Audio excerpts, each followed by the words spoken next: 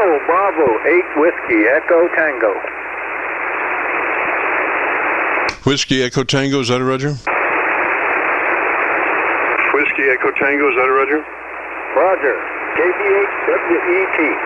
Roger that, and what's the name there? Roger that, and what's the name there? Tim, Tango, India, Michael. Roger, Tim, and whereabouts are you located, sir? Roger, Tim, and whereabouts are you located, sir? Grove City, Ohio. Roger, Ohio, and what radio are you running today, Tim? Roger, Ohio, and what radio are you running today, Tim?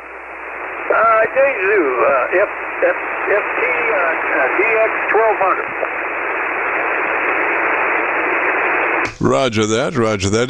That's a newer radio, isn't it? Roger that, Roger that. That's a newer radio, isn't it? Not too old. It's new to me. It's been around a while, though.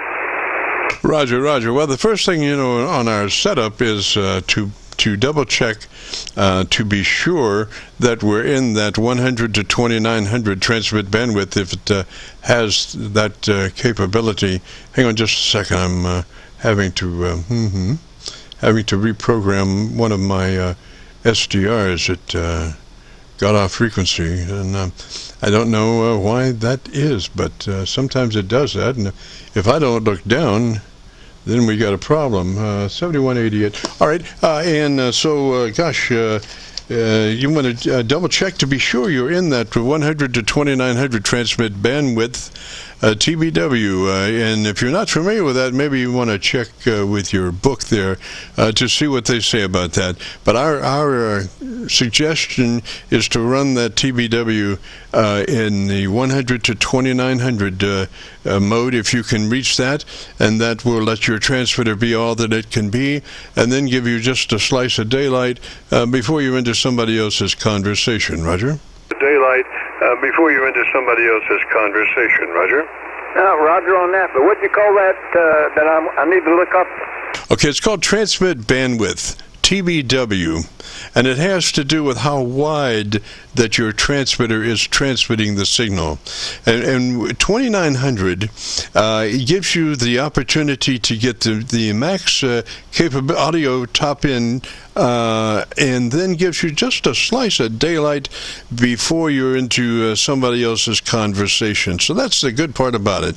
And it's called TBW, transmit bandwidth, and like I say, the magic numbers are 100 to 2900. Roger? The magic numbers are 100 to 2900. Roger? Okay, Roger on that. And how does the audio sound to you?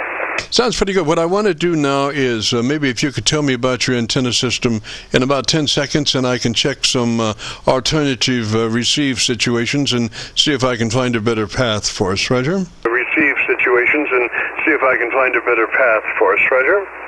Okay, it's G5RV, and it's up here 40 or 50 feet, somewhere in that area. Roger. Well, gosh, I'm getting a great copy on you on my local antenna, or actually my Cincinnati, Kentucky antenna, and our SDR, and then I'm catching you real well in my New York SDR, and even better in my Pennsylvania SDR. So you're sounding really good. You're just running 100 watts. Is that a Roger? You're sounding really good. You're just running 100 watts. Is that a Roger? Oh, no. I'm running 300, it looks like. 300. I can shut it down. You want me to shut it down and see what it does?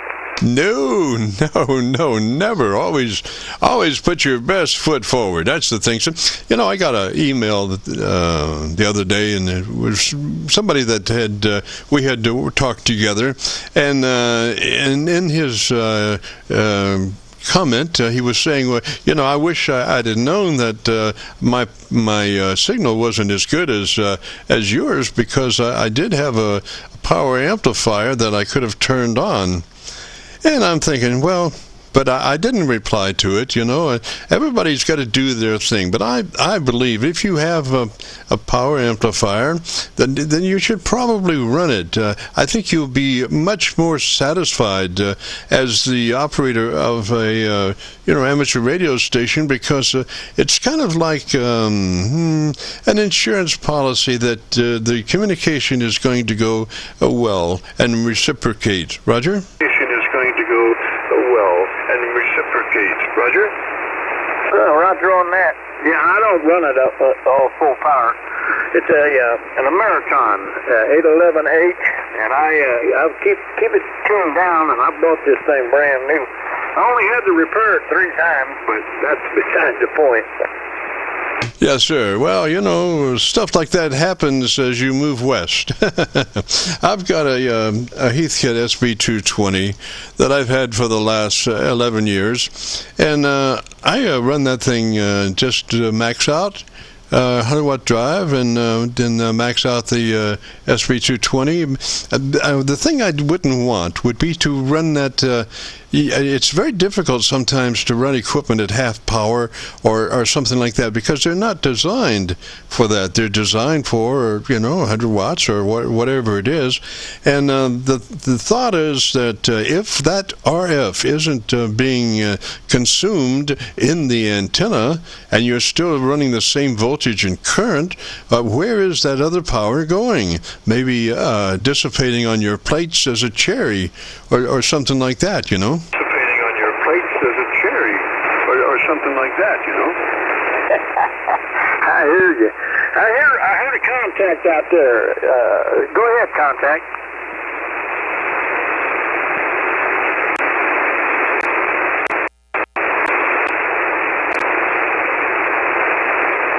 Yeah, I didn't hear anybody all the way around the different SDRs, and I couldn't copy anybody. So anyway there, Tim, gosh, you are sounding really good. I would just keep it like that if you want to hear the audio.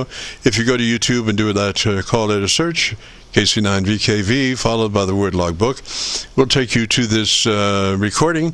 It'll be cut number 1 in a series of 3500, and I'll have it uploaded to YouTube by noon tomorrow. Roger?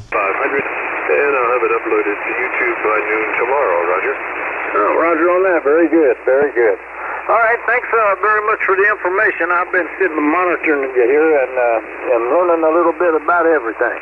So 73 to you, KB8WET, clear. Roger, sir. 73, Tim. You have a great afternoon. Beautiful weekend. This is the Friday afternoon Qso-Vlog net. If you have a radio you want to check out, give me a shout.